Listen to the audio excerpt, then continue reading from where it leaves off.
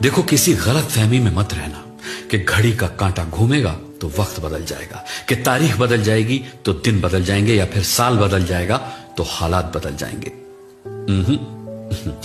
तुम्हें अगर सच में अपना वक्त बदलना है, अपने दिन बदलने हैं, अपने हालात बदलने हैं ना, तो अपनी सोच को बदलना होगा, अपने आप को बदलना होगा।